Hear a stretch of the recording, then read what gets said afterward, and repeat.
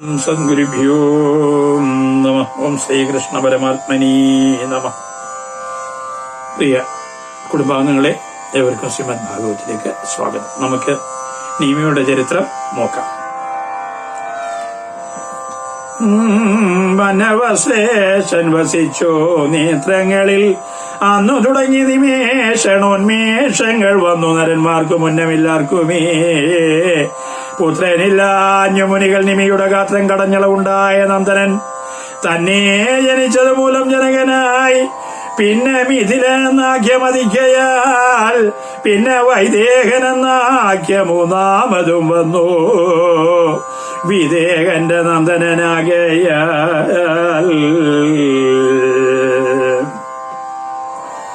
അങ്ങനെ ആ ദേഹം വീണു.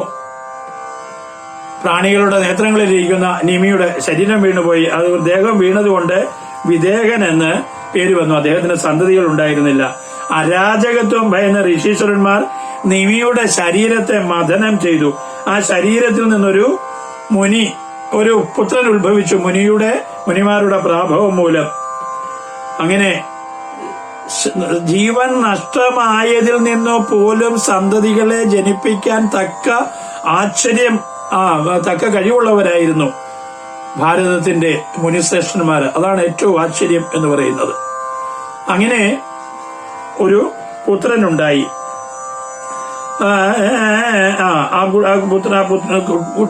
ആ പുത്രനെ 3 നാമധേയങ്ങളാൽ അറിഞ്ഞു.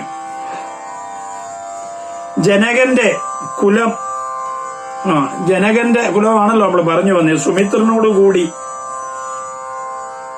നശിക്കുകയാണ്, സുമിത്രാന്തം ആയി വരും എന്ന് പറഞ്ഞു.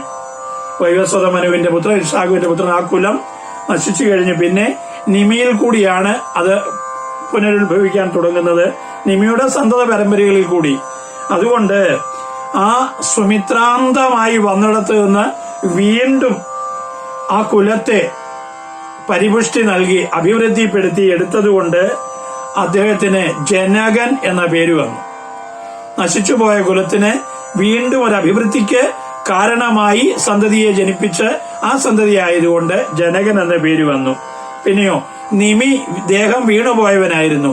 അതുകൊണ്ട് അദ്ദേഹത്തിന് നിമിയുടെ പുത്രന ശരീരം കടഞ്ഞതുകൊണ്ട് വിദേഹൻ എന്ന പേര് വന്നു.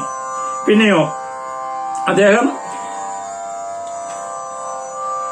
മഥിച്ച് എടുത്തതുകൊണ്ട് മിഥിലൻ എന്ന പേരും അദ്ദേഹത്തിനുണ്ടായി. അങ്ങനെയാണ് ആ മിഥിലൻ നിർമ്മിച്ച പുരിക്കാണ് മിഥിലാപുരി എന്ന് പറയുന്നത്. നോക്കാം. മിഥിലന് തന്നെ ജനിച്ചത് മൂലം ജനകനായി. പിന്നെ മിഥിലെന്നാഖ്യ മധിക്കയാൽ പിന്നെ വൈദേഹനെന്നാഖ്യ മൂന്നാമതോ. ദേഹം നഷ്ടമായത് വിദേഹനിൽ നിന്ന് ഉത്ഭവിച്ചതുകൊണ്ട് വൈദേഹൻ എന്ന പേരും അദ്ദേഹത്തിന് വന്നു. നല്ല മിഥിലൻ ചമച്ച പുരത്തിന് ചൊല്ലുന്നു നാമം മിഥില എന്നേവരും. തൽപുത്രനായത് വീരൻ ഉദാവസു, അദ്ദേഹത്തിന്റെ പുത്രൻ ഉദാവസു. തൽപുത്രൻ നന്ദിവർദ്ധനൻ എന്നു പേർ. പുത്രൻ സുകേതു പോൽ ദേവരാധൻ അവൻ പുത്രന്. ബൃഹദ്രഥൻ എന്നവൻ നന്ദനൻ. തത്തനയൻ മഹാവീര്യൻ സുധൃതി തൽപുത്രനല്ലോ ദൃഷ്ടകേതോ. തൽപുത്രനോ തസ്യ ഹര്യശ്വൻ മരുവൻ നന്ദനൻ. തൽസുതനായൊരുവൻ പ്രദീപകൻ. പുത്രൻ കൃതരഥൻ ദേവമിഢ. തസ്യ പുത്രൻ അവനുടെ പുത്രൻ വിശ്രുതനോ. തസ്യ മഹാധൃതി തസ്യ കൃതിരാധൻ. തൽസുതൻ സ്വർണരോമ ഹൃസ്വരോമനാം. തൽസുതൻ സ്ഥിരധ്വജൻ അവൻ നന്ദനൻ. ഭൂമിയുഴുതിതു യാഗാർദ്ധമായവൻ. ഭാമിനി സീതയോ സ്ഥിരാഗ്രലബ്ധയായി. സ്ഥിരധ്വജനെന്നാഖ്യനായി വന്നാനവൻ. സ്ഥിരമോ കരിയെന്നു ഭാഷ ചൊല്ലുന്നിതേ.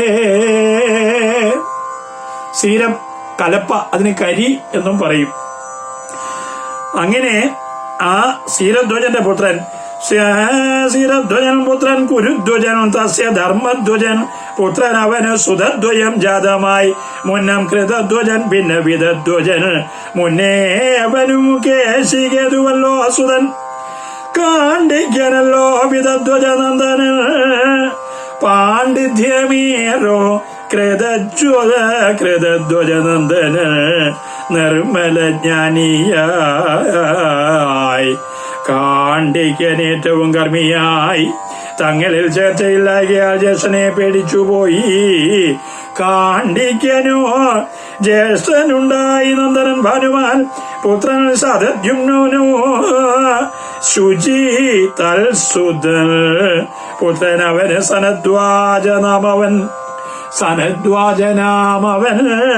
പുത്രൻ അവന് ഊർധകേതുവാകുന്നവൻ പുത്രൻ അജൻ കുരുജിത്ത് അവൻ നന്ദന് പുത്രൻ അരിഷ്ടനേമ്യാക്യൻ അവനുട പുത്രൻ ശ്രുതായുസ് അവന് സുപാർശ്വകൻ പുത്രൻ അവൻ മകൻ ചിത്രരഥൻ അവൻ പുത്രനും ക്ഷേമൃദ്ധി എന്ന് പേരായവർ ഹേമരഥൻ എന്ന അവൻ നന്ദന് തൽസുതൻ കോമളനാകിയ സത്യരഥന്ദ്രവൻ നല്ലൊരു ഗുരുനന്ദന് തൽസുതൻ തന്മകൻ കല്യാണശീലനുപഗുപ്തൻ തസ്യ അഗ്നിസംഭവൻ വസ്വനന്ദാഭിതൻ തൽസുതൻ തസ്യ പുത്രൻ യുയുധാനനു പുത്രൻ സുഭാഷണൻ തത്തനയൻ ശ്രുതൻ പുത്രൻ ജയൻ അവൻ പുത്രൻ വിജയനോ പുത്രൻ ദ്രതൻ അവൻ പുത്രൻ ശുനകനും പുത്ര ഉത്തമൻ വീതഹവ്യാഖ്യൻ അവൻ മകൻ പുത്രൻ അവനു ധൃതി ബഹലാശ്വനാം പുത്രൻ അവന് തൽപുത്രനല്ലോ കൃതി ഇങ്ങനെ മൈഥിലന്മാരാ നൃപതികൾ മംഗലന്മാരായ വിജ്ഞാനശാലികൾ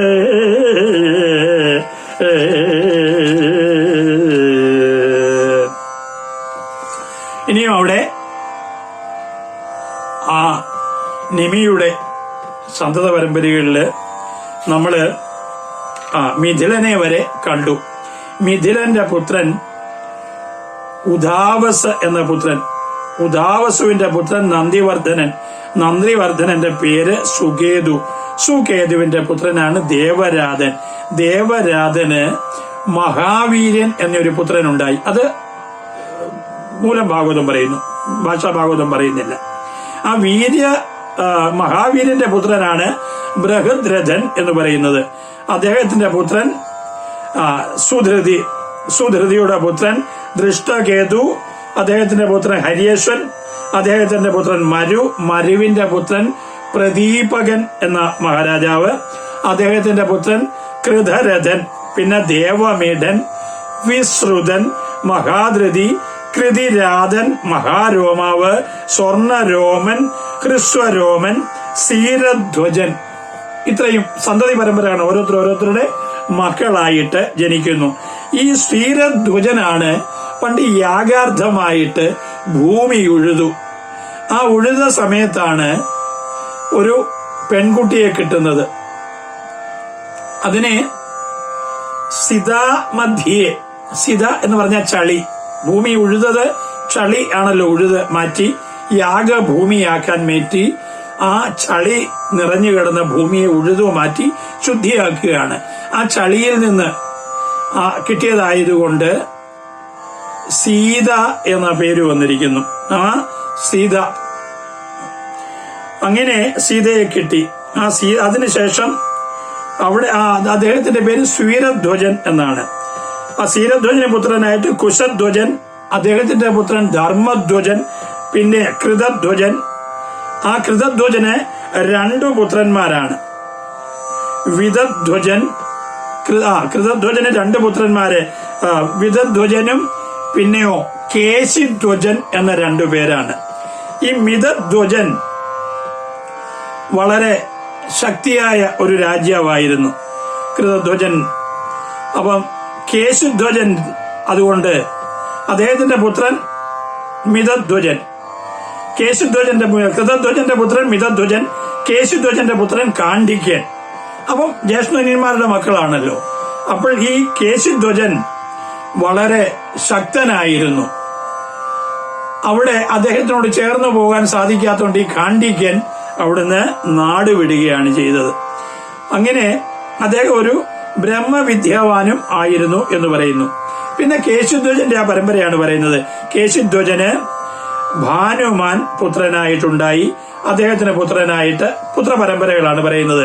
ശതദ്യുമ്നൻ, അദ്ദേഹത്തിന് ശുചി, അവിടെ സനദ്വാജൻ, അവിടെ ഊർധ്വകേതു, അവിടെ അജൻ, കുരുജിത്ത്. കുരുജിത്തിന് ഭാഗവതം, പുരുജിത്തും എന്ന് രണ്ടുപേരും പറയുന്നുണ്ട്. പിന്നെ അരിഷ്ടനേമി, ശ്രുതായുസ്, സുപാർശകൻ, ചിത്രരഥൻ, ക്ഷേമധി, ക്ഷേമധിക്ക് ക്ഷേമാർദ്ധി എന്നും പറയുന്നുണ്ട്. ഇവരെല്ലാം മിഥിലയിലുണ്ടായ ചക്രവർത്തിമാരാണ്. ഇവരെല്ലാം തന്റെ പൂർവികരെ പോലെ മിഥിലയെ നന്നായി ഭരിച്ചവരുമായിരുന്നു. ഈ ക്ഷേമധി അല്ലെങ്കിൽ ക്ഷേമാർദ്ധി എന്ന് പറയുന്ന അദ്ദേഹത്തിന്റെ പുത്രനായിട്ട് ഹേമരഥൻ എന്നൊരു ആളുണ്ടായി. അദ്ദേഹത്തിന്റെ പുത്രൻ സത്യരഥൻ. പിന്നെ ഉപഗുരു എന്നൊരു പുത്രനുണ്ടായി. അതാണ് നമ്മൾ വായിച്ചു കൊണ്ടിരിക്കുമ്പോഴവിടെ പ്രത്യേകിച്ച് പറയുന്നുണ്ട്. നല്ലൊരു ഗുരു നന്ദനൻ തൽസുതൻ തന്മകൻ കല്യാണശീലൻ ഉപഗുപ്തൻ. ഉപഗുരുവാണ്, വെറും ഗുരു എന്ന് എഴുതിയിട്ടുള്ളൂ ഭാഗവതം, ഭഗവാൻ എഴുത്തച്ഛൻ. ഉപഗുരു എന്നാണ് അദ്ദേഹത്തിന്റെ പേര്. ആ ഉപഗുരുവിന്റെ പുത്രനായിട്ട് ഉപഗുപ്തൻ ഉണ്ടായി. ഉപഗുപ്തൻ അഗ്നിയുടെ അംശമാണ് എന്ന് ഭാഗവതം പറയുന്നു. അങ്ങനെ ആ ഉപഗുപ്തന് വസ്വനന്ദാവ് എന്ന് പറയുന്നു. വസ്വനന്ദാവിന് ശ്വസൻ എന്നൊരു പേര് പറയുന്നുണ്ട്. വസ്വനന്ദാവ്, ശ്വസൻ, മറ്റൊരിടത്ത് ശ്വസൻ എന്നാണ് പറയുക. അദ്ദേഹത്തിന്റെ പുത്രനായിട്ട് യുയുധാനനുണ്ടായി. യുയുധാനന് സുവർച്ചസ് എന്ന് മറ്റൊരു പേരുമുണ്ട്.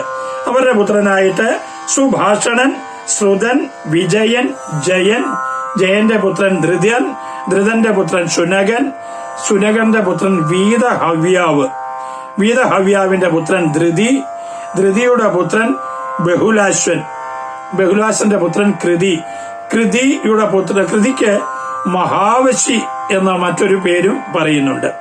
ഇങ്ങനെ വിജ്ഞാനശാലികളായിട്ടുള്ള ആ മിഥില നൃപന്മാരുടെ സന്തതി പരമ്പരകളെ പറ്റിയാണ് പറഞ്ഞു വരുന്നത്. മിഥിലന്മാരെന്ന് പ്രസിദ്ധരായ ഇവരെല്ലാവരും മിഥിലയിൽ ഉണ്ടായതുകൊണ്ട് ഇവരെല്ലാം മൈഥിലന്മാര് എന്നാണ് പറയുന്നത്. ഇവരെല്ലാവരും പ്രസിദ്ധരായിരുന്നു, ആത്മവിവേചന നിപുണന്മാരായിരുന്നു, ആത്മജ്ഞാനികളും ഈശ്വര സാക്ഷാത്കാരത്തിനായിട്ട് പ്രവർത്തിക്കുന്ന ആത്മജ്ഞാനികളായിരുന്നു ഇവരെല്ലാവരും. ഇവരെല്ലാം ദ്വന്ദ്വഭാവങ്ങളെ അതിക്രമിച്ചവരുമായിരുന്നു. നിന്ദ, സ്തുതി, സുഖം, ദുഃഖം, ഇങ്ങനെ ഇപ്രകാരമുള്ള ദ്വന്ദ്വങ്ങളിൽ നിന്ന് ജ്ഞാനം, അജ്ഞാനം, പുണ്യം, പാപം, വിവേകം, അവിവേകം, സുഖം, ദുഃഖം, ഇതൊക്കെയാണ് ദ്വന്ദ്വങ്ങൾ. ഇതാണ് മനുഷ്യന്റെ മനസ്സിനെ സംഘർഷണമുണ്ടാക്കുന്നത്. നമ്മുടെ പുസ്തകങ്ങളിലൊക്കെ യുദ്ധം അവലോകനം ചെയ്യും. ആ യുദ്ധം എന്ന് പറയുന്നത് വൈദിക സിദ്ധാന്തം അനുസരിച്ച് ഇപ്പൊ കുരുക്ഷേത്ര യുദ്ധം ഉണ്ടായിട്ടുണ്ടോ ഇല്ലയോ എന്ന് ചോദിച്ചാൽ ഉണ്ട്, അതിന് തെളിവുകൾ പലതുണ്ട്. പക്ഷെ ഒരു വ്യക്തിയെ സംബന്ധിച്ച് യുദ്ധം എന്ന് പറയുന്നത് ദ്വന്ദ്വങ്ങൾ തമ്മിലുള്ള സംഘർഷണമാണ്. ആ സംഘർഷണം കൊണ്ട് ഓരോരുത്തരും നശിക്കുന്നത് ഈ സംഘർഷണത്തിൽ കൂടിയാണ്, ഈ സംഘർഷം കൊണ്ടാണ്.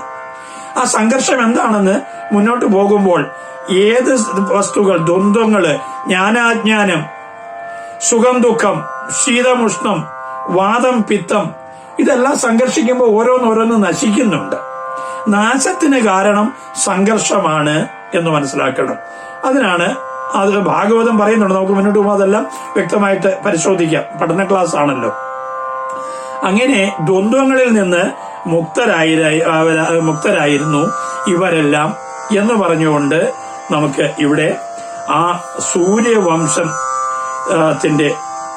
സമർപ്പണമാണ് നടക്കുന്നത്. ഇനിയും തുടങ്ങാൻ പോകുന്നത് സൂര്യവംശത്തെ പറ്റി പറഞ്ഞു തീർന്നു. ഇനിയും സോമവംശത്തെ പറ്റിയാണ് പറയുന്നത്. ആ സോമവംശത്തെ പറ്റി നമുക്ക് അടുത്ത ക്ലാസ്സിൽ അവലോകനം ചെയ്യാം. വ്യോം